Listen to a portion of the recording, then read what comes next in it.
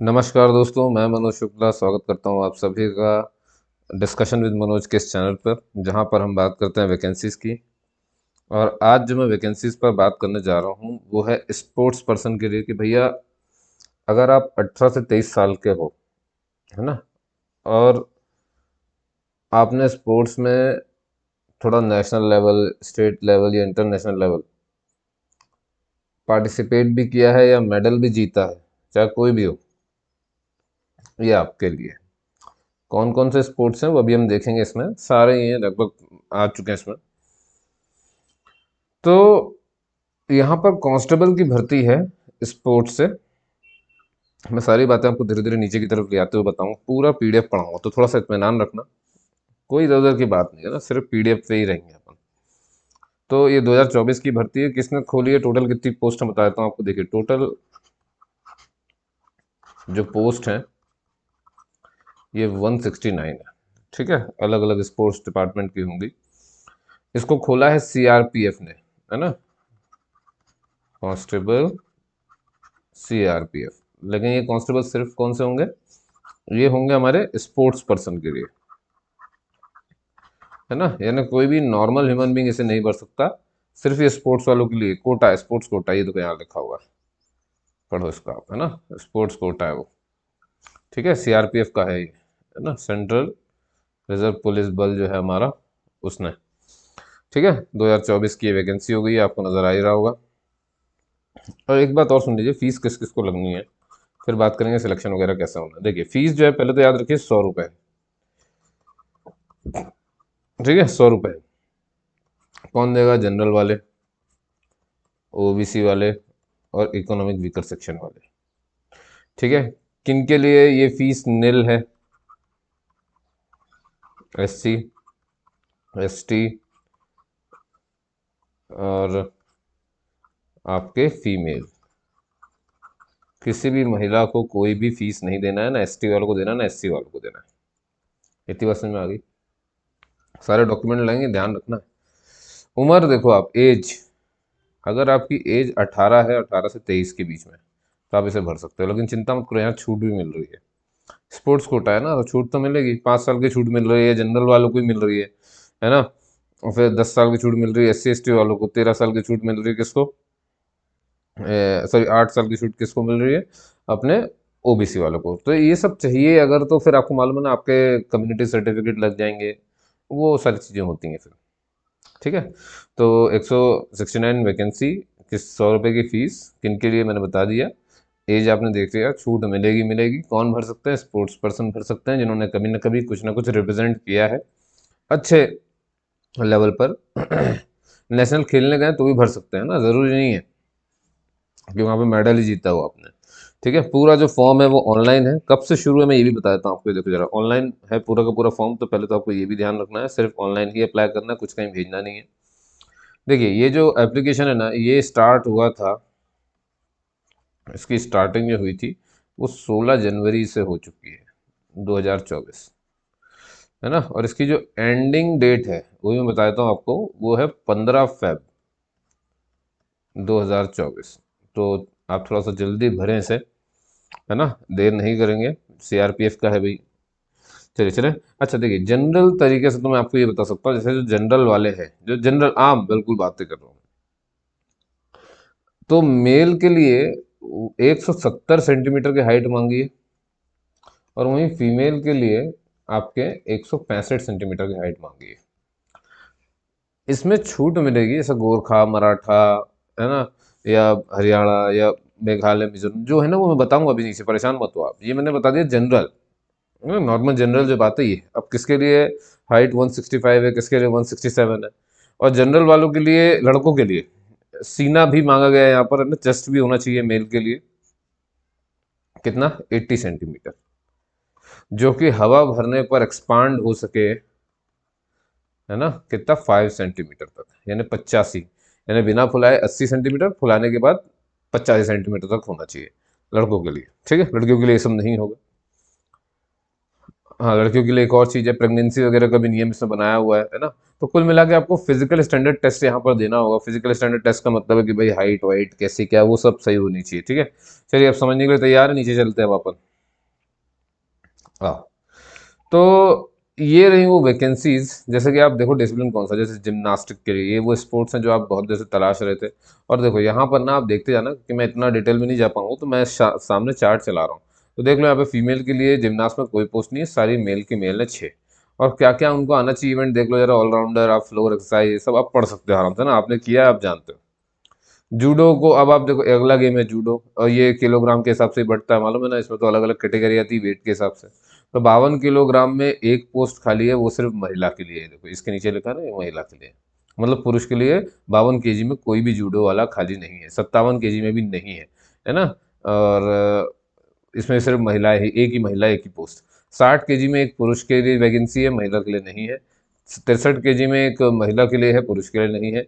और 66 केजी में पुरुष के लिए है, महिला के लिए नहीं है। और इस तरह से आप समझ गए होंगे। देखो 73, तो ऐसे समझना है अपने अपने गेम को, ठीक है ना। ये मैंने एक समझाया। अब जैसे अगला गेम है वुशु, तो देखो जिम्नास्ट हो गया है ना, वुशु हो गया, आपका जूडो हो चुका है, ठीक है। ये देखिए यहाँ पर अलग अलग कैटेगरी में, आपको बस ये ध्यान रखना है कि पहला वाला कॉलम मेल का है, दूसरा वाला फीमेल का है। ये टोटल है, इसको मत देखो आप, इसको मत देखो, इसको नहीं देखना आपको, मेल और फीमेल चेक करना है अपना अपना, ठीक है। तो अपनी अपनी कैटेगरी आप जांच लेंगे पहले कौन सी है, ठीक है। ये सब अच्छे से देख लो आप। अगला डिसिप्लिन शूटिंग है, आपको मालूम है इसमें तो भैया, अब जैसे एयर पिस्टल हो गई, स्टैंडर्ड पिस्टल हो गई, फ्री पिस्टल हो गई, बिग बोर प्रोन हो गई, है ना, स्कीट एंड ट्रैप हो गया। तो कहाँ ये सारे मेल फीमेल आपको समझ में आ गए ना। ये देखो लिखा भी है मेल, देख लो अच्छे से क्या क्या कहाँ पर खाली है। ये एक ही पोस्ट है फीमेल की, मेल नहीं है इसमें, ठीक है। ये ऐसे ही तो ऊपर वाला था, सॉरी। शूटिंग में आ जाओ, 10 मीटर एयर पिस्टल में एक फीमेल की होगी, 25 में एक मेल के लिए होगी, 50 मीटर पिस्टल में, फ्री पिस्टल में एक एक दोनों के लिए है। और ये 300 मीटर बिग बोर में एक ही है। स्कीट एंड ट्रैप में ये 2 मेल 2 फीमेल, दोनों के लिए, ठीक है। अब अगला बॉक्सिंग है, बॉक्सिंग में भी आपको मालूम है वेट वाइज कैटेगरी बनती है, तो आप अपने हिसाब से देख सकते हो कहाँ से क्या क्या है। एथलेटिक्स हो गया, आपको गेम याद रखने कौन कौन से हैं, तो आप अपना गेम देखेंगे उस हिसाब से ही देखिए। अब इसमें तो आपको मालूम है 100, 200, 400, 1500, 10,000, 100 मीटर हर्डल हो गई, हर्डल हो गई, ट्रिपल जंप हो गई, डिस्कस थ्रो हो गया, javelin throw, hammer throw, shot put. अपने हिसाब से सामने सामने देखते चलाना है। पैथलिन हो गया, है ना, 10 किलोमीटर वॉक हो गया, 20 किलोमीटर वॉक हो गया, क्रॉस कंट्री हो गई। अब आर्चरी आती है, कर्व, कंपाउंड और इंडियन राउंड। तो ये सब आपको देखना है सामने की तरफ। रेसलिंग फ्री स्टाइल, ये देखो, ये फ्री स्टाइल है पूरी की पूरी, अलग अलग वेट में। ये रोक लेना, मैं रोक के ही चला रहा हूँ धीरे धीरे, है ना। ग्रीको रोमान 63 केजी, ये इवेंट एक। ताइक्वांडो भैया देख लो पूरा का पूरा, पूरा अच्छे से देखना है ना। वाटर स्पोर्ट्स, कयाक हो गया अपना, है ना, ये हो गया। कैनोए, ये देखिए रहा आपको। रोइंग हो गई, बॉडी बिल्डिंग के लिए भी है 2 कैटेगरी में, वेट लिफ्टिंग भी है, स्विमिंग भी है। स्विमिंग भैया अलग अलग कैटेगरी में बहुत सारे हैं, देख रहे हो आप यहाँ से। बटरफ्लाई बटरफ्लाई सब है यहाँ पे, बैक स्ट्रोक सब कुछ। और स्विमिंग के और भी हो गई है ना, इनके सामने वैकेंसी देखते रहना। डाइविंग हो गई, high board, 3 metre spring board. Triathlon हो गया, ठीक है। कराटे देख रहे हो, तो कराटे हो गया। योगा भी है भाई, योगा वालों के लिए भी बड़ी अच्छी चीज़ है ये तो, है ना, उनको भी है यहाँ पर। टेस्टुएन, याचिंग, याचिंग के लिए भी अच्छी पोस्ट है यहाँ पे, देखो जरा, मेल के लिए अच्छी है भाई यहाँ, फीमेल मेल दोनों के लिए बढ़िया है। आइस हॉकी में बस मेल, आइस स्केलेटिंग में भी सिर्फ मेल, और स्कीइंग में भी सिर्फ मेल के लिए ही खाली थी। तो इस तरह से आप देखोगे ना, टोटल मेल के लिए आ रही है 83 पोस्ट, और टोटल फीमेल के लिए आ रही है 86। तो फीमेल के लिए ज़्यादा है बल्कि, तो 169 हो गया। लगा ऐसा था ना कि मेल के लिए ज़्यादा होगा, ऐसा नहीं है, फीमेल के लिए ज़्यादा है, ठीक है। तो मैं उम्मीद करता हूँ आपने अपने सारे स्पोर्ट्स देख लिए होंगे। अब आगे बढ़ते हैं धीरे से, मेन समझते हैं कि अब करना क्या है आगे, ठीक है। पोस्ट तो मैंने बता दिया आपको, कांस्टेबल की जॉब लगेगी आपकी इसमें, ठीक है। The recruitment is only meritorious, देखो साफ साफ लिखा है, ये रिक्रूटमेंट सिर्फ और सिर्फ मेरिटोरियस स्पोर्ट्स पर्सन के लिए है, और किसी के लिए नहीं है, ठीक है ना। और ऐसे लोग जिन्होंने या तो आइदर लिखा ना, मेडल जीता हो, या कोई और पोजीशन हासिल की हो, है ना, मेडल जीतना या पोजीशन लेना एक ही बात होती है, या पार्टिसिपेंट ही क्यों ना रहे हो, वो लोग इसे भर सकते हैं, ठीक है। अब पार्टिसिपेंट कहाँ होना चाहिए ध्यान रखना है, ऐसा नहीं कि डिस्ट्रिक्ट लेवल तो कहीं लिखा ही नहीं है ना। नेशनल लेवल की बात हुई है और इंटरनेशनल लेवल की बात हुई है, ठीक है। अब देखो, द वैकेंसीज आर टेंटेटिव, कभी भी चेंज और बढ़ाई जा सकती हैं। ये सीआरपीएफ के ऊपर है पूरा का पूरा, उसको छोड़ दो, ये वाला पॉइंट भी छोड़ दो, ये भी आपके काम का नहीं है भाई। ये रहा, 21,700 से आपकी जॉब लगेगी 7th पे कमीशन के हिसाब से, और 70,000 तक आप बढ़ोगे जब तक बढ़ोगे तो, ठीक है। और जो भी आपको अलाउंस मिलेंगे, ये सब अभी काम नहीं अपना ना, कि पेंशन स्कीम क्या है, दुनियादारी, ये सब जो सिलेक्ट हो जाएंगे तो उनको अपने आप पता चल जाएगा, वो लोग इसका बेनिफिट उठा सकते हैं, ठीक है। अभी सपने देखने का क्या मतलब है, पहले सिलेक्शन तो हो। चलिए, अब नेम ऑफ पोस्ट है, आपको पता है कि पोस्ट तो हमारा वही हाँ जीडी है, कांस्टेबल वाला पोस्ट है, ठीक है। 18 से 23 का उम्र हो गया। Relaxation in age as per the relevant recruitment rules, तो देखो रिलैक्सेशन उनको मिलता जाएगा जिनके लिए बात कही गई, ठीक है। अब हाँ, साथ में 10th की मार्कशीट होना चाहिए, 10th आप पास होना चाहिए, बस इतनी सी बात है, पढ़ाई लिखाई में इतना ही मांगा है आपसे, देखो मेट्रिकुलेशन होना चाहिए, ठीक है। अब स्पोर्ट्स क्वालिफिकेशन, इतनी बात, देखो sports person of merit who have represented, देखो या तो उसने अपने रिप्रेजेंट किया स्टेट को या तो कंट्री को किया हो, ठीक है, ठीक है ना। तो या तो मतलब आप अपने राज्य को देख रहे हो, जिला नहीं राज्य को अगर आपने किया तो मतलब नेशनल लेवल हो गया, कंट्री को रिप्रेजेंट किया मतलब इंटरनेशनल लेवल हो गया। अब कहाँ सर, कोई भी नेशनल रेप्यूट गेम हो गया या नेशनल चैंपियनशिप हो गया, चाहे वो जूनियर हो चाहे सीनियर हो, अगर आपने किया है तो आप आ सकते हो, भर सकते हो इसको। या आपने इंटरनेशनल रेप्यूट कोई चैंपियनशिप में, है ना, एज वाइज भी हुई हो, कोई फेडरेशन या एसोसिएशन ने जिसे रिकॉग्नाइज करे, रिकॉग्नाइज किसके द्वारा हो, जो मिनिस्ट्री ऑफ यूथ अफेयर्स मिला करके नेशनल इंटरनेशनल में कहीं आप गए हो तो बस ठीक है। और सॉरी, अगर आप इंडियन ओलंपिक एसोसिएशन के द्वारा किसी स्पोर्ट्स में थे, है ना, इन 3 सालों में, लास्ट देख लो जरा 3 सालों कौन से, 2021, 1 जनवरी 2021 से 31 दिसंबर 2023, मतलब इन 3 सालों में कहीं पर भी रहे हो तो आप इसे अप्लाई कर सकते हो, ठीक है। और जिन्होंने भैया अपनी यूनिवर्सिटी भी अगर रिप्रेजेंट करी है कहीं all India inter university tournament में, जो कि कंडक्ट किया गया हो एसोसिएशन ऑफ इंडियन यूनिवर्सिटीज के द्वारा, देखना ध्यान सुनना किसने कंडक्ट किया है, यानी कि यूनिवर्सिटी तो करी लेकिन उन्होंने एसोसिएशन ऑफ इंडियन यूनिवर्सिटी ने उसे अगर नहीं कराया है तो फिर वो माने नहीं होगी। तो याद रखना, ये लाइन आपको बहुत इंपॉर्टेंट है और अच्छे से पढ़ना है। पहले चेक कर लेना कि जहां पर मैं पार्टिसिपेट करने गया था, यूनिवर्सिटी को रिप्रेजेंट कर रहा था, वो गेम क्या एसोसिएशन ऑफ इंडियन यूनिवर्सिटीज के द्वारा कंडक्ट हुआ था, क्या उसका हाथ था उसमें, तो ही आप इसे एलिजिबल समझेंगे। और ये वही सेम लिखा हुआ एज वही है ना, 2021 से 2023 के बीच में होना चाहिए, ठीक है।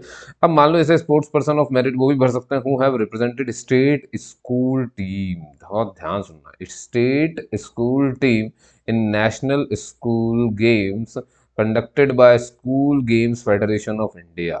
अब आप समझ चुके होंगे, अगर आपने अपनी स्कूल स्टेट स्कूल टीम को जो है ना स्टेट लेवल पर उसे रिप्रेजेंट किया है किसी नेशनल स्कूल गेम्स में, जहाँ पर सारे स्कूल के नेशनल गेम्स होते हैं, आपको मालूम है इंडियन वगैरह जाते हैं जो आप हम लोग, है ना, और जिसे करवाया school games of federation of India ना, तो भी आप भर सकते हो उसे। लेकिन ये लास्ट 3 ईयर्स के अंदर वाला होना चाहिए, ध्यान देख लो, 2021 से 2023। अब कोई सोचे सर मैंने 2020 में किया था, नहीं, आप एलिजिबल नहीं है, साफ लिख दिया यहाँ पे 2021 से 2023 के बीच में अगर आपने किया है ऐसा काम तो ही आप एलिजिबल है। इसके बाद और इसके, ये देखो 2023 के बाद से कोई मतलब नहीं है, 2021 के पहले बाद में तो हो ही नहीं सकता ना, अभी तो हुआ ही नहीं तो कहाँ से होगा, ठीक है। अब देखो इनने कहा है कि हम एज को तो सिर्फ 10वीं की मार्कशीट से चेक करेंगे आपकी, तो भाई वो भी ठीक बात है ना। अब देखो एलिजिबिलिटी कंडीशन ये सब आपको देख करके आना है, ये सब वही कह रहे हैं, एजुकेशन सर्टिफिकेट और ये सब आपको लेकर के आना है, छोड़ो सब चीज़ों को। एज आपकी इतनी दी गई है, कट ऑफ जो डेट है वो एज की जो मानी जाएगी वो 15 फरवरी से ही मानी जाएगी, जिस दिन लास्ट डेट है। कट ऑफ मतलब कि यहीं तक की एज यहीं से काउंट करेंगे, छोड़ो वो सब, आप परेशान मत हो, उसमें ये समझना बड़ा पेचीदा काम है ना। इसको मैं और कभी समझा दूंगा, अभी उसका कोई मतलब नहीं, सेंस नहीं, तो आप परेशान नहीं हो, आप समझें अभी जरा कुछ चीज़। देखो जो अपर एज लिमिट है वो 5 साल तक छूट मिल जाएगी जनरल वालों को, ठीक है, 5 साल तक की, जैसे कि 18 से 23 वाला दिख रहा है ना ये आपको, ये रहा, इसमें 5 साल की छूट मिल जाएगी, मतलब 28 साल तक ही हो सकता है। वो भी किसको मिल रहा है, अनरिजर्व, यानी जनरल वालों की बात हो रही है भाई। तो जब जनरल को 5 साल की छूट है तो एस सी एस टी को क्या होगा भैया, 5 में 5 और जोड़ो, 10 साल की छूट मिल जाएगी। तो ओबीसी वालों को क्या मिलेगा बेटा, वो भी नॉन क्रीमी लेयर, याद रखना। ओबीसी में दो होते हैं, एक होते हैं क्रीमी लेयर, एक होते हैं नॉन क्रीमी लेयर। जो आरक्षण मिलता है ना, रिजर्वेशन, वो एनसीएल को मिलता है, कभी भी क्रीमी लेयर को नहीं मिलता। तो ये कहा जाता है, ये जनरल कैटेगरी यूआर की तरह ट्रीट होते हैं, यानी ये तो पहले ही मैंने आपको बता दिया। तो जब अपन जनरल बोलते हैं ना बेटा, तो उसमें ना ओबीसी क्रीमी लेयर भी होता है ना। अब लेकिन जनरल जनरल बोलने का सब जगह ट्रेंड है, तो वही वही चलता है पूरा का पूरा मामला, ठीक है, कोई बात नहीं, आप तो आगे समझते जाओ, आपको समझ में आना चाहिए बस। और अगर कोई डिपार्टमेंटल कैंडिडेट है, पहले से सीआरपीएफ में है ना, तो उसको भी जो है 5 साल की छूट मिल जाएगी, ठीक है। और विथ 3 इयर्स कंटिन्यूअस सर्विस अगर उसने करी है वहाँ तब भी, in addition of 5 years age. अब मान लो ऐसा कोई बंदा एस सी एस टी वाला जिसने 3 साल तक वहाँ जॉब करी है, तो उसको 10 साल की छूट मिल जाएगी। अगर वो ओबीसी एनसीएल वाला जिसने वहाँ 3 साल तक जॉब करी है सीआरपीएफ में और वो ये भर रहा है, तो उसको तो और 8 साल की छूट मिल जाएगी। समझ गया ना मेरी बात, तो ऐसे करके छूट मिलती है। ठीक है, ये मैंने सबके लिए बता दिया। बाकी डेट ऑफ बर्थ आपका मैट्रिकुलेशन से होगा, ये मैंने बता दिया। अभी चलेंगे अपन है ना फिजिकल स्टैंडर्ड टेस्ट समझना है कि भाई क्या मतलब कैसा हमारी हाइट वाइट क्या होना चाहिए। तो मैंने ओवरव्यू दिया आपको, लड़कियों की हाइट कितनी होनी चाहिए, तो एक तो मैंने बता दिया। बाकी कहाँ और अलग अलग स्टेट से भी तो आ रहे हैं, उनकी हाइट कितनी मांगी गई है, तो वो सब समझेंगे अभी अपन, ठीक है। अम्म, हाँ भाई, अब देखो ये तो बात सही है। ये सब चीजें ना परेशान मत हुआ करो सब पढ़ करके। ये क्या बोल रहे हैं कि अगर आपने कोई भी रिलैक्सेशन या एज का चाहिए, अब जैसे SC ST को एज का रिलैक्सेशन चाहिए, OBC NCL को चाहिए, तो फिर आपको उसका सर्टिफिकेट देना पड़ेगा अपना, तो बस सर्टिफिकेट की बात, ठीक है, तो परेशान होने की जरूरत नहीं। अब देखो, candidates who wish to seek age relaxation must submit requested certificate, वही सब लिखा हुआ है, बार बार वही सब लिखा हुआ है, तो परेशान ना हो, ठीक है। इकोनॉमिक वीकर सेक्शन के लिए बता दिया। स्पोर्ट्स का क्वालिफिकेशन, अब इसको बहुत अच्छे से सुनना है आपको, ठीक है। मैं यहाँ से समझाने की कोशिश करता हूँ आपको, देखना ध्यान से। ओनली दोज प्लेयर्स, ये देखो लिखा ना, only those players who have participated और won medals in the levels of competition mentioned in the above table below during the period of इतना इतना are eligible to apply। बहुत ध्यान समझ गए मेरी बात। मैंने क्या बोला था आपसे, इन्हें साफ साफ बोला सिर्फ वही लोग अप्लाई करें जिन्होंने 2021 से 2023 इस डेट में जो पार्टिसिपेशन किया है ना, जो मेडल जीता है, बस यही लोग अप्लाई कर सकते हैं। मतलब ये हुआ कि मान लो कोई 2020 का बंदा है, वो अप्लाई नहीं कर सकता। जो 2024 में अभी जा रहा है, वो भी अप्लाई नहीं कर सकता। आपको 2021 से 2023 का समझ में आ रहा होगा, अच्छी बात है ना। इसी के बीच में अगर आपने कोई मेडल, कोई पार्टिसिपेशन अच्छा ऐसा किया है जो ये मांग रहे हैं, तो आप भर सकते हो, ठीक। अब देखो, इनने बोला है सेकंड पॉइंट का पढ़ना जरा, candidate will be given marks. देखो, इनको मार्क्स मिलेंगे for any one highest medal secured by him और हर ड्यूरिंग। अब देखो क्या हुआ कि आपने पार्टिसिपेट तो किया, लेकिन मान लो आपने पार्टिसिपेट ही नहीं किया, आपने कोई मेडल भी जीत लिया। अब आपने क्या किया कि 2021 से 2023 की बात है, तो मान लो आपने 2022 में 2021 में कहीं मेडल जीता, वो सिल्वर था। फिर आपने बाद में कहीं जीत लिया, वो गोल्ड था। अब क्या होगा, तो याद रखना, सिल्वर और गोल्ड दोनों के मार्क्स नहीं मिलेंगे, मिलेगा किसी एक ही चीज का मार्क्स। और वो मान लो अब जो हाईएस्ट होगा, तो जैसे मान लो सिल्वर और गोल्ड में हाईएस्ट क्या है, गोल्ड पोजीशन के लिए आपको एक्स्ट्रा मार्क्स मिल जाएगा, सिल्वर के लिए फिर कुछ नहीं मिलेगा, समझ गए ना। अब मान लो आपने इस बीच में कई सारे मेडल जीते, उससे कोई फर्क नहीं पड़ता है। 2021-23 के बीच में आपने पार्टिसिपेशन भी किया, मेडल भी जीते, बहुत सारे जीते हैं, 2 बार गोल्ड जीत लिए, तो इसका मतलब ये नहीं कि 2 बार गोल्ड का एक गोल्ड का कुछ मार्क्स मिल रहा है, 2 गोल्ड का भी कुछ और मार्क्स मिलेगा बढ़ा देना, नहीं। मिलेगा एक ही का, एक ही मेडल काउंट होगा, वो वही हाईएस्ट वाला, ठीक है। ये बता रहा था मैं आपको, तो वही वो बोल रहा हूँ, वो भी 2021 के बीच में, ठीक है। अगर मान लो ऐसा कोई कैंडिडेट जिसने बहुत सारे मेडल लिखा है ना, तो उसके केस में हम क्या करेंगे, जो award marks for the only highest medal position given होगी इसको, ठीक है ना। And marks given to him for separate competition shall not be included in overall. देखो मैंने कहा था ना, अलग अलग स्पोर्ट्स में अगर आपने बहुत सारे मेडल जीत भी लिए, उससे कोई मतलब नहीं है। वो पूरा ओवरऑल देखेंगे और देखेंगे आपने किस कौन सा वाला हाईएस्ट मेडल जीता है, बस खत्म। अब मैं आपको समझाता हूँ मार्क्स कितने मिलेंगे। देखो यहाँ देखना, इस टेबल पर, इस टेबल पर नजर डालना। देखो यहाँ दिख रहा है गोल्ड लिखा है, यहाँ देखो सिल्वर लिखा है, यहाँ देखो ब्रॉन्ज लिखा है, और यहाँ देखो सिर्फ पार्टिसिपेशन लिखा है, और ऊपर लिखा मार्क्स मिल रहा है आपको। तो मान लो, और ये देखो ये लिखा हुआ है, मान लो अगर आप ओलंपिक गेम्स या समर या ऐसे विंटर किसी मतलब ओलंपिक जैसे गेम में थे, तो मार्क्स देख रहे हो, गोल्ड मिलने पर 100 मार्क्स, सिल्वर मिलने पर 96, ब्रॉन्ज मिलने पर 92, और सिर्फ पार्टिसिपेशन अगर है वहां पर तो 80 मार्क्स मिले थे। अब मान लो आप ओलंपिक में नहीं गए, आप वर्ल्ड चैंपियनशिप या वर्ल्ड कप में थे, तो फिर आपको गोल्ड मिलने पर 90, सिल्वर मिलने पर 86, ब्रॉन्ज मिलने पर 82, और पार्टिसिपेशन पर 70। लेकिन मान लो आप इतने भी नहीं गए, आप थोड़ा सा और नीचे आए, एशियन गेम्स या कॉमनवेल्थ गेम्स में थे, इसमें आपने पार्टिसिपेट कर पाए थे, तो गोल्ड मिलने पर इतना, सिल्वर मिलने पर इतना, ब्रॉन्ज पर इतना, और पार्टिसिपेशन पर 60। मान लो आप एशियन चैंपियनशिप्स में थे या कप या कॉमनवेल्थ चैंपियनशिप में थे, तो फिर और थोड़े से कम हो जाएंगे, गोल्ड मिलने पर 70, फिर ये सिल्वर, ये ब्रॉन्ज, और देखो पार्टिसिपेशन पे इतना। अब इसमें भी नहीं था, आप यूथ ओलंपिक गेम्स तक पहुंच पाए थे, आपने यहाँ पर अगर गोल्ड लिया देखो 60, ये फिर सिल्वर पर इतना, ब्रॉन्ज पे इतना, और पार्टिसिपेशन पे 40। अब मान लो आप और नीचे थे भाई, यूथ जूनियर एशियन चैंपियनशिप जीती है, यूथ जूनियर कॉमनवेल्थ चैंपियनशिप, इसमें कहीं पे भी रहे हो आप, तो 50 गोल्ड पर, सिल्वर पर 46, ब्रॉन्ज पर 42, और पार्टिसिपेशन पे 30।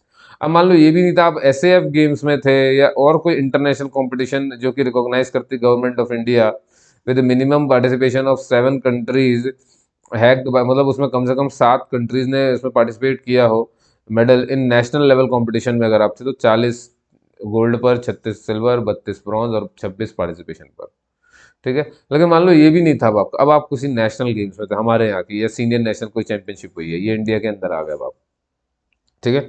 अगर आपने इंडिविजुअली मेडल जीता है तो आपको इंडिविजुअल है, अगर आप, और मान लो अगर टीम, भाई इंडिविजुअल हो सकता है कोई गेम है तो टीम से हो सकता है, तो अगर टीम ने गोल्ड जीता है तो 26 मार्क्स मिलेंगे गोल्ड पर, और 22 सिल्वर पर, और 18 पे। देखो पार्टिसिपेशन की कोई मार्क्स नहीं है यहाँ पे, तो नेशनल लेवल पर पार्टिसिपेशन की कोई मार्क्स नहीं है। नेशनल लेवल पर अगर आपने कोई जीता है तो आपको उसके मार्क्स मिलेंगे, ठीक है।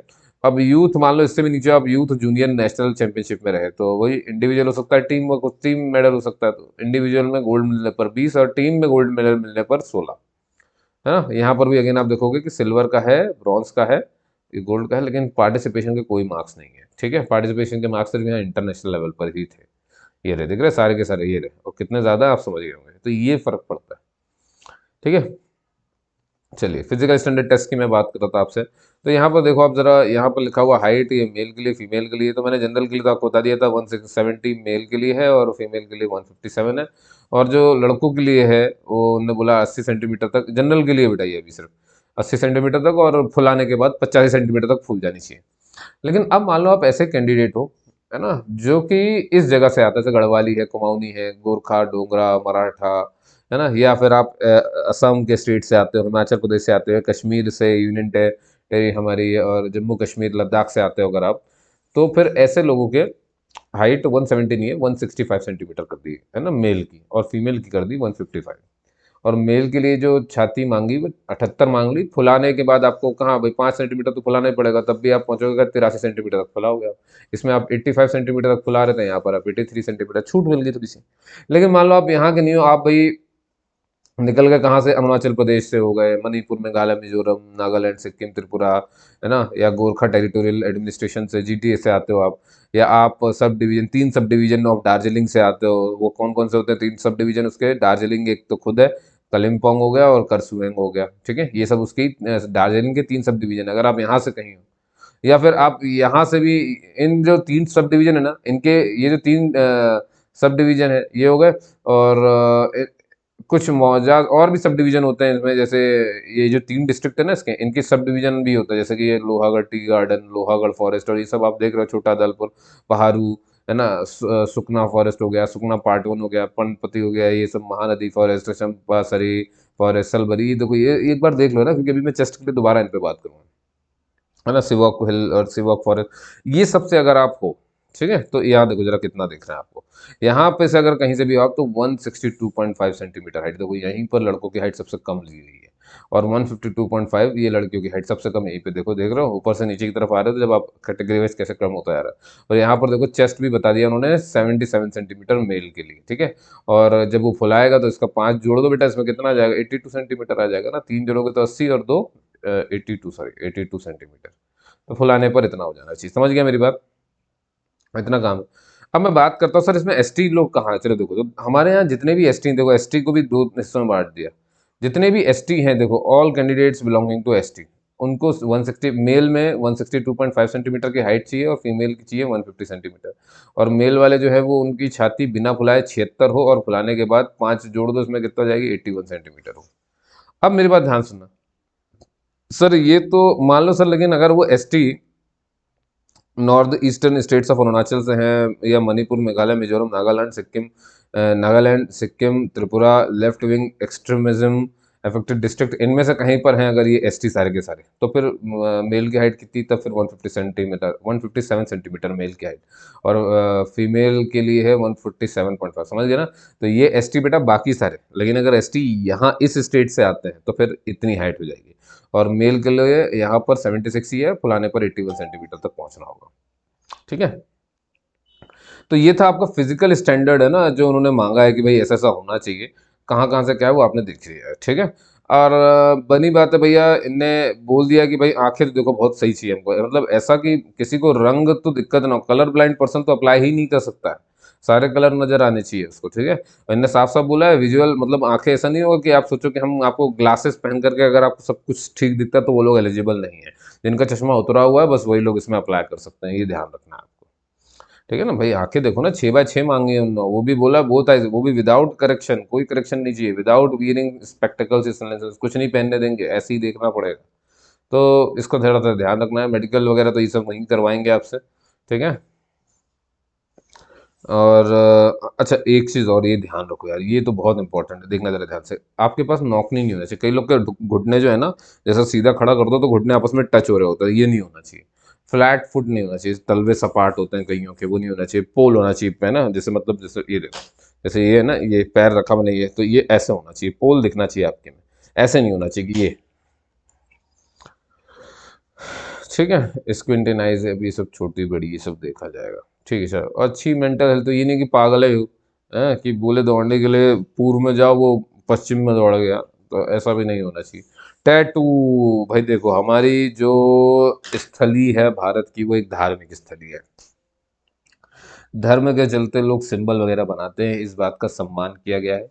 इनने बोला है ठीक है टैटू चल जाएगा। टैटू कैसा होना चाहिए? टैटू में देखो, अगर मैं बताता हूँ आपको, कई लोग इसमें मुझसे सवाल पूछते हैं, जैसे सिंबल चल जाता है, कोई फिगर है भगवान से जुड़ा, वो चल जाता है, लेकिन कहाँ चलता है? बहुत अच्छे सुन, ये सब चल जाता है ओनली लेफ्ट फोर आर्म। कहाँ चलता है सारा कुछ? लेफ्ट फोर आर्म में चलता है। बहुत ध्यान से ना, क्योंकि क्या है कि देखो हम क्या सेक्युलर कंट्री हैं, एक रिलीजियस सेंटिमेंट है, हमारी भावना है, तो उसका सम्मान करते हैं, तो बोलते टैटू अलाउड है, परमिटेड है। तो जैसे कि अगर हाँ, लेकिन आपका टैटू अगर रिलीजियस चीजों को समझा रहा है तब, जैसे ऐसा सिंबल जो आपके रिलीजियस से जुड़ा हुआ है, फिगर ऐसा कोई जुड़ा हुआ है, ऐसा कोई नाम आपके धर्म ग्रंथ इनसे जुड़ा हुआ है, तो इंडियन आर्मी इन सब का सम्मान करती है, परमिट कर देती है इसको। ठीक है, लेकिन अब एक कंडीशन डाल दी उन्होंने कि ये सिर्फ उल्टे हाथ में बर्दाश्त होगा, फोर आर्म में, सीधे हाथ में तो नहीं हो सकता। सीधे हाथ में क्यों नहीं होगा? सीधे हाथ से क्योंकि सल्यूट मरवाया जाता है ना, तो सल्यूट जब मरवाया जाए तब वो टैटू नजर नहीं आना चाहिए। ठीक है, उल्टे हाथ से सल्यूट तो मरवाया नहीं जाता है, इसलिए उल्टे हाथ में ही लोग चला लेते हैं, सीधे हाथ में ये सब चीज़ नहीं चलती। तो याद रखना है, टैटू से बचना है। और यहाँ तक कि नहीं बताया कि टैटू का जो साइज है ना, वो आपके जो एल्बो और जो हाथ है उससे सिर्फ एक चौथाई होना चाहिए, बहुत छोटा होना चाहिए, बड़ा सा। सलार टाइप का नहीं होना चाहिए। कैसे अप्लाई करना है अब ये सब तो ठीक है, वो हम वहाँ देख लेंगे, इस वेबसाइट पर आप जा सकते हो। ठीक है, मेन तो आपको डेट बताना था मुझे। ठीक है, बाकी तो मैं लिंक वगैरह देता हूँ, डिस्क्रिप्शन भी देख लिया करो कभी कभी आप। ठीक है, और ये तो मैंने बता दिया आपको कि फीस वगैरह कैसी क्या है, और देख लेते हैं कुछ बताने लायक होगा तो। हम्म, और सिलेक्शन प्रोसेस का, हाँ ये जरूरी है, देखो जरा। तो प्लेयर्स हुए पार्टिसिपेटेड और won medals in the competitions given at the above during period of, इतना देखो ये पीरियड तो याद रख लो, 2021 से 2023, है ना, वही लोग अप्लाई कर सकते हैं। ऑनलाइन एडमिट कार्ड जो है देखो वो इशू हो जाएंगे candidates whose online application are found in order to appear in the recruitment process that is. अब देखो ये सिर्फ उन्हीं को बुलाएंगे ही जिनका सब एप्लीकेशन बिल्कुल राइट है। यानी देखो पहला तो क्या होगा, डॉक्यूमेंटेशन होगा आपका, जब आपको बुलाया एडमिट कार्ड आएगा, एडमिट कार्ड में फिर आपको बुलाएंगे, रिटर्न विटर्न नहीं है यहाँ पे, है ना, आपको बुला लेंगे, अपने सारे डॉक्यूमेंट ओरिजिनल और सेल्फ अटेस्टेड दोनों लेकर के जाना है। ध्यान रखना, देखो जितने भी आपके पास ओरिजिनल हो गए उसको एक तरफ रख लो, इन्हीं की सारी की फोटो कॉपी करा लो 2 सेट में, और सब में अपने अपने हाथ से साइन कर दो, हर फोटो कॉपी पे सेल्फ अटेस्टेड इश्यू कहता है। देखो तो डॉक्यूमेंटेशन आप जब जाओगे ना वहाँ, तो सबसे पहले डॉक्यूमेंटेशन होगा, फिर आपको ये फिर नाप जोक करेंगे, फिजिकल स्टैंडर्ड टेस्ट लेंगे, फिर आपका मेडिकल एग्जामिनेशन करेंगे। ठीक है, candidates will have to undergo the following process of, अब देखो यहाँ से शुरू होता है, before start of documentation, documentation start नहीं होगा उससे पहले all the candidate will undergo, देखना ध्यान से, डॉक्यूमेंटेशन से भी पहले आपको कहाँ जाना पड़ेगा, आपका वेरिफिकेशन होगा, आप आइडेंटिटी आपकी, आपका बायोमेट्रिक कैप्चर होगा, बायोमेट्रिक आइडेंटिफिकेशन होगा कैंडिडेट का, है ना, एनी स्टेज में। अब समझ गया ना फॉर्म कैसे आएगा, कौन भर सकता है, मैंने बता दिया। अब मैं बता रहा हूँ सिलेक्शन कैसे होगा, तो पहले दिन से ही याद रखो, तैयार रहो, तो मैं माइंड में आपको पहले ही भर दे रहा हूँ। आप जाओगे ना, डॉक्यूमेंट वेरिफिकेशन से पहले आपकी आइडेंटिटी वेरीफाई की जाएगी, आप वही हो कि नहीं हो। ठीक है, और फिर आपका बायोमेट्रिक कैप्चर किया जाएगा, अंगूठा अंगूठा आंख स्कैन जो भी करना होगा उनको। अब फिर अगली बारी आती है, जैसे ही आपको आइडेंटिफाई कर लेंगे, हाँ भाई आप ही हो, बायोमेट्रिक हो गया, अब आता है डॉक्यूमेंटेशन। ठीक है ना, देखो all candidate reporting for recruitment will go through the documentation, उन सबका डॉक्यूमेंटेशन होगा, in which candidate will have to produce सारे ओरिजिनल डॉक्यूमेंट सर्टिफिकेट आपको दिखाने पड़ेंगे, अपने एज से रिलेटेड, एजुकेशन, कास्ट हो गया, स्पोर्ट्स अचीवमेंट, सब कुछ आपको दिखाना पड़ेगा। Proof to avail age and height relaxation etcetera, अगर आपने कोई रिलैक्सेशन मांगा है कि मुझे हाइट रहे, तो वो सब प्रमाण पत्र पहले से लेकर के आना चाहिए कि क्यों आप उसके हकदार हो, तो उसके लिए सर्टिफिकेट लगता है, तो वो दिखाना है। और ये सब एक अच्छे प्रेस्क्राइब्ड फॉर्मेट में होना चाहिए, है ना, before the recruitment board, including ये सब इधर डॉक्यूमेंट वगैरह वहाँ पे दे दोगे, क्लियर है कहानी, है ना, ये सब कुछ होगा। अब देखो original document, educational, sports, domicile, caste certificate, ये सब आपको लेकर के आना है, ये सब रिक्रूटमेंट बोर्ड चेक करेगा, देखो लिखा है ना चेक करेगा। अब जैसे ही आपके ओरिजिनल डॉक्यूमेंट्स चेक हो जाएंगे and sports certificate to the satisfaction भाई हो जाएगा रिक्रूटमेंट बोर्ड को कि हाँ भाई सही है, the candidate whose documents are found in order will be asked to submit. अब देखो जिसका सब कुछ बढ़िया रहेगा उसी से ये बोलेंगे, आस्क करेंगे कि भाई सबमिट कर दो सेल्फ अटेस्टेड कॉपीज अपनी डॉक्यूमेंट्स की, स्पोर्ट्स सर्टिफिकेट्स की, है ना, to the original recruitment board on the spot. बस में आए, ठीक। फिर ओरिजिनल डॉक्यूमेंट्स का क्या करेंगे, वो आपको वापस दे देंगे ना, वो वेरिफिकेशन के लिए बस मांगा गया था, वो फिर आपको वापस हो जाएगा। बस सेल्फ वाले को ये, और सेल्फ अटेस्टेड जो फोटोकॉपी सर्टिफिकेट आप लेके गए थे वो बस ये रख लेंगे, बाकी आपको वापस कर देंगे। क्लियर होगी कहानी पूरी। अब देखो कौन कौन से सर्टिफिकेट है आपके दिमाग में ये आ जाएगी लेकर के आना, तो यहाँ देखो साफ साफ लिखा हुआ, एजुकेशनल हो गया, स्पोर्ट्स हो गया, डोमिसाइल कास्ट सर्टिफिकेट, अपने 10th की मार्कशीट लेकर के आना, ओबीसी एनसीएल सर्टिफिकेट लेकर के आना, ठीक है। और मान लो भाई कि आप पहले से कहीं पर सरकारी नौकरी में हो या इन्हीं में कहीं पे हो तो नो ऑब्जेक्शन सर्टिफिकेट एनओसी लगता है आपको, वो लेकर के जाना पड़ेगा आपको, ठीक है।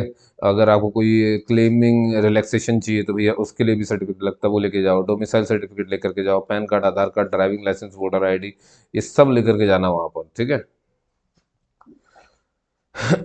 चार देखो लेटेस्ट पासपोर्ट साइज फोटोग्राफ भी लगेगी, वो भी लेके जाना है ना। और ये जो ऑनलाइन एप्लीकेशन फॉर्म है जब आप भरोगे तो उसका प्रिंट निकलेगा ना, तो वो भी लेकर के जाना, उसकी फोटोकॉपी करा देना। अब देखो कैंडिडेट फिर क्या होगा वहाँ पे, given marks for medals won, level of participation during affirmation time period only, है ना, only the marks of that one higher medal, ये सब आपको मैंने बता दिया था। If any candidate is secure, ये सब भी मैंने आपको बता दिया है, ये सब हमने देखे, एक से ज़्यादा हुआ तो बस उसी को देखेंगे, ठीक है ना। कैंडिडेट हो, अब देखो जिसका डॉक्यूमेंटेशन क्वालिफाई हो जाएगा, जैसे बोल देंगे भाई बढ़िया आपने क्वालिफाई कर लिया। देखो candidate who are unable to produce the prescribed, जिन्होंने नहीं अच्छे से प्रोड्यूस किया डॉक्यूमेंट वगैरह, उनको एलिमिनेट कर देंगे वहीं से डॉक्यूमेंट में ही। कैंडिडेट जिनका who declared qualified in documentation, बस उन्हीं का फिजिकल स्टैंडर्ड टेस्ट होने वाला है। तो अब आता फिजिकल स्टैंडर्ड टेस्ट, तो यहाँ पहुंच गया आप। क्या करेंगे भैया, यहाँ पे आपकी हाइट और ये चेस्ट वगैरह चेक करेंगे। अगर आपको कोई रिलैक्सेशन चाहिए तो आपको मालूम है ना, फिर आपको उसके लिए भी क्या देना पड़ेगा, एक सर्टिफिकेट उन्हें देना पड़ेगा, ठीक है। अब देखो सर्टिफिकेट लगेगा कोई भी तरह का रिलैक्सेशन, बस यही इसमें बताया गया है, ठीक है। और ये सब जैसे ही आपका पास हो जाएगा, फिजिकल स्टैंडर्ड टेस्ट और सब कुछ, फिर आपका होगा medical examination, will be taken up by the competent authority till such time vacancies kept will kept reserve, है ना। अच्छा अब एक चीज बहुत ध्यान सुनना, क्या होता है इस केस में, फिजिकल स्टैंडर्ड टेस्ट, मान लो इस बीच में कोई ऐसी कैंडिडेट है जो कि गर्भवती है यानी कि प्रेग्नेंट हो गई, तो इनको क्या करेंगे, इनको मोहलत दे देंगे कि ठीक है भाई पहले आप प्रेगनेंसी करवा लो, उनकी सीट जब तक रिजर्व होगी, 6 हफ्ते के बाद वापस बुलाएंगे और फिर से वही फिजिकल जब और वहाँ सर्टिफिकेट जब लेकर के आओगे डॉक्टर के पास से आप कि मैं मेडिकली फिट हूँ, तो फिर ये आपका वापस से फिजिकल स्टैंडर्ड टेस्ट लेंगे, इस तरह से चेक करेंगे पूरा। और जब सब कुछ ओके होगा फिर से मैरिड बनेगी और आपको हिसाब से अगर वो सीट मिल रही होगी तो आपको मिल जाएगी, ठीक है। तो मतलब उनके लिए रिजर्व रहती है जो यहाँ तक पहुँच जाते हैं, और अगर ऐसी कोई इश्यूज हो जाती है तो, है ना। तो वही यहाँ सर लिखा हुआ है, देखो जो female candidate for physical on reporting, मान लो रिपोर्टिंग के समय मालूम चला कि ऐसा ऐसा हुआ है, a self declaration indicating about her, उसके पास सेल्फ डिक्लेरेशन खुद से लिखा हुआ होना चाहिए, स्टेटस शैल बी सबमिटेड के सबमिट हो वहाँ पर। In case if she declares that she is not pregnant then she will be allowed to participate in PST, मान लो अगर वो प्रेग्नेंट नहीं तो पार्टिसिपेट करेगी। In case of false declaration, मान लो ऐसा गलत बोला गया था तो भैया फिर आगे के लिए भी फ्यूचर खत्म हो जाएगा, खत्म पूरी तरीके से। अब मान लो if the female candidate declare that कि मान लो हो जाते भाई है प्रेगनेंसी, तो फिर कंफर्मेटरी प्रेगनेंसी टेस्ट करवाया जाएगा उनके सामने, है ना। और ये सब जब रिपोर्ट आ जाएगी तो respective of duration of pregnancy she will be declare temporary unfit, उस समय के लिए अनफिट फिट कर दिया जाएगा उसको। And her appointment shall be held abeyance, का मतलब है रोक के रखा जाएगा until the confinement is over, ठीक है। The vacancy against which a women candidate was selected will be kept reserve for her, देखो मैंने कहा ना उसके लिए रोक के रखा जाएगी, ऐसा नहीं करती काम आर्मी। शी विल बी री एग्जामिनेड, देखो दोबारा उसका एग्जाम होगा फॉर पीएसटी, वही फिजिकल 6 हफ्तों के अंदर हो जाएगा, ठीक है। तो ये सब चीज़ें बड़ी अच्छी हैं जो गवर्नमेंट करवाती है ना? ठीक है, फिर मेरिट लिस्ट बन जाएगी और बस भाई फिर क्या, फिर आपको पता चल जाएगा कि आप सिलेक्ट हुए नहीं हुए, ठीक है। तो ये फर्क पड़ता, तो देखो एक चीज और याद रखनी, जो आपने इंटरनेशनल कंपटीशन किए हैं तो उसमें ना इनके साइन होने चाहिए, जैसे रिवार्डिंग अथॉरिटी के साइन, जैसे कौन है इंटरनेशनल कंपटीशन जितने भी होते हैं उसमें हमें इनको चाहिए security of the national federation of the game concern, और मान लो नेशनल कंपटीशन है तो उसमें चाहिए security of the national federation of secretary of the state association of the games. समझिए मैं ये सब क्यों बता रहा हूँ आपको, ये सब बहुत जरूरी है, इसके बिना नहीं पहुंचना है, है ना, परेशान हो जाते हैं नहीं तो लोग बाग गए और फिर ये भी हो गया। ठीक है चलिए, अब ये सब जनरल इंस्ट्रक्शंस हैं जो आप खुद भी पढ़ सकते हो। ठीक है, और क्योंकि इसमें मुझे कुछ खास नहीं मिला था कि ऐसा कुछ हो इसमें, बस इसमें यही सब बताया जाता है कि भाई अगर आपका हाथ पैर टूट जाता है इन सब चीज़ों में या कुछ भी होता है टेस्ट के दौरान तो उसके लिए हम जिम्मेदार नहीं हैं, है ना। बहुत सारी चीज़ें, बहुत बहुत सारी चीज़ बोल देते हैं। ये देखो बस वही वही लिखा मिलेगा, नॉट रिस्पॉन्सिबल, नॉट रिस्पॉन्सिबल, है ना, चेंज इन कैटेगरी नहीं हो मानी जाएगी, no application received after the last date के बाद नहीं ली जाएगी। तो ये सब तो वो इन्फॉर्मेशन हैं जो गधे लोग नहीं समझ पाते, फिर उनके लिए ये कहानी है ना। बाकी तो मेरे ख्याल से आपने समझ लिया है, कोई ट्रैवलिंग अलाउंस वगैरह कुछ नहीं मिलेगा, सब कुछ खुद से ही जाना पड़ेगा। और ये वेट वगैरह है भाई, मान लो कि जैसे आप हो 18 से 22 साल के, है ना, और अगर आपकी हाइट ये फीमेल के लिए है ना, फीमेल के लिए तो जैसे मान लो कोई फीमेल है 160 सेंटीमीटर की है और 18 से 22 साल की है, तो उसका एज होना चाहिए, उसका वेट जो होना चाहिए 41.5 से 50 kg के आसपास वो हो। मेल में देखो जरा, मान लो यही कोई हमारा 18 से 22 साल का बंदा है और वो जो है 170 सेंटीमीटर लेते हैं अपन, चलो ये दिख रहा है आपको। ठीक है, तो यहाँ देखो ये बीच में जीरो नहीं होना चाहिए था, ये जीरो गलत आ गया। 52 से 66 64 होना चाहिए, ठीक है, कोई बात नहीं। आप समझ गए मेरी बात, मैंने क्या बोला आपको। फिर ये आ जाती है कुछ सर्टिफिकेट्स हैं जो ये कहते हैं कि ऐसा फॉर्मेट होना चाहिए, जैसे नो ऑब्जेक्शन सर्टिफिकेट आप ये देख सकते हो। जैसे मान लो ये जो है ये सर्टिफिकेट किसके लिए, फॉर प्रोड्यूसिंग, ये ओबीसी वालों के लिए हो गया, है ना, अगर वो अप्लाई कर रहे हैं कोई चीज़ तो। अच्छा तो यार ये देखो ये हमारे हो गए नॉन क्रीमी लेयर का स्टेटस वो बताते हैं, ये भी ओबीसी के लिए, ये ओबीसी के लिए है। ठीक है, अब आपको मालूम है ये सर्टिफिकेट है जो कि हमारे एससी वाले और एसटी वाले अप्लाई करते हैं, ये वो सर्टिफिकेट है। तो ऐसे फॉर्मेट है, ऐसा फॉर्मेट चाहिए होता है, तो ये फॉर्मेट आपने कई बार देखे होंगे, कोई नया नहीं है आपके लिए। ठीक है ना। और ये हो गया इनकम एंड, ये ईडब्ल्यूएस के लिए हो जाता है हमारे, ये देखो ईडब्ल्यूएस इकोनॉमिक वीकर सेक्शन हो गया, ये उनके लिए होता है। ये सब बता रहे होते हैं कि हमारे पास 8 लाख टोटल सालाना आय भी नहीं होती है, उससे भी कम होती है, उन्हीं को इकोनॉमिक वीकर सेक्शन कहता है। ठीक है, अब मान लो इसको हाइट और चेस्ट में ये जो है रिलैक्सेशन चाहिए मेजरमेंट में उस कैंडिडेट को, तो उसके लिए ये फॉर्म है सामने, ये दिख रहा है आपको, ये ऐसे फॉर्मेट में आपको साइन वगैरह सब करवाने हैं। तो इसमें देखो जरा, डिस्ट्रिक्ट मजिस्ट्रेट सब डिविजनल इनके किसी के साइन होने चाहिए। ये सब कहानी है भाई पूरा का पूरा। और अगर आपको कोई मेडिकल एग्जाम में दिक्कत है तो ये वाला फॉर्म भरोगे आप, है ना, एप्लीकेशन रिव्यू मेडिकल एग्जामिनेशन। और आखिरी जो है आपको दिख रहा होगा ये national representing India, for representing India and international competition in one of the recognised games और sports, national federation, national association of, ये दो अगर आपने कहीं से किया तो ये फॉर्म भी आपके काम का है। इसलिए दिखा रहा हूँ, ये पीडीएफ भी दे रहा हूँ, आप चिंता नहीं करो, ये फॉर्म 2 हो गया उस चीज़ का ही, है ना। ये सब भरना है आपको। मेडिकल फिटनेस टेस्ट है भाई, ये देखो, to be submitted only along with appeal for re medical examination. तो री मेडिकल एग्जामिनेशन के ही उस पर भरना है इसको, बाकी नहीं। ठीक है, बाकी धीरे धीरे पड़ जाए, पहले तो ऑनलाइन फॉर्म भरो आप। ठीक है, तो दोस्तों उम्मीद करता हूँ आपको सारा कुछ समझ में आया। कोई भी दिक्कत रह जाए, देखो मैंने पूरा पीडीएफ आपके सामने पलटा दिया 32 पन्ने का। ठीक है ना, ये पूरा 32 पन्ने का था आपके लिए। पहले मैंने पढ़ा, उसके बाद मैंने आपको समझाने की पूरी कोशिश करी है। फिर भी कहीं कोई कमी रह जाए तो मुझे बताइएगा, और अच्छा लगा है वीडियो तो जरूर सब्सक्राइब करो चैनल को, मेरे मेरे साथ जुड़ जाओ, कोई ऐसी जानकारी मैं देता रहता हूँ, सिर्फ इसलिए जुड़ो आप, है ना, बाकी और कोई वजह नहीं है। ठीक है, बाकी इसमें कोई अपडेट आएगा तो वीडियो बना के ही बताऊंगा, तो इसीलिए आप मुझसे जुड़े रहें ताकि आपको जानकारी लगातार मिलती रहे। ठीक, चलिए, जय हिंद, जय भारत दोस्तों, और आपका दिन शुभ हो। और बस ठीक है।